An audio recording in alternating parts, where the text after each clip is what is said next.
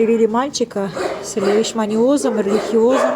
Возможно, есть демодекоз, но сегодня мы начали таблетки. Доктидек, аллопуринол, преднизолон, корсел. Это антибиотика, подготовка к глюкантиму. Доксидек антибиотик, преднизолон противовоспалительная, противоаллергичная. Аллопуринол дают при лечении лишманиоза и корсил для защиты печени.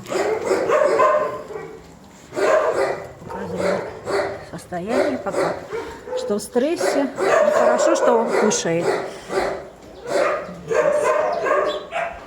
Ушко.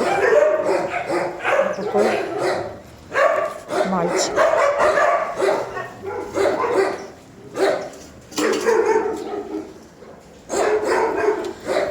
Там сосисочки были. Паштет, кушай корм.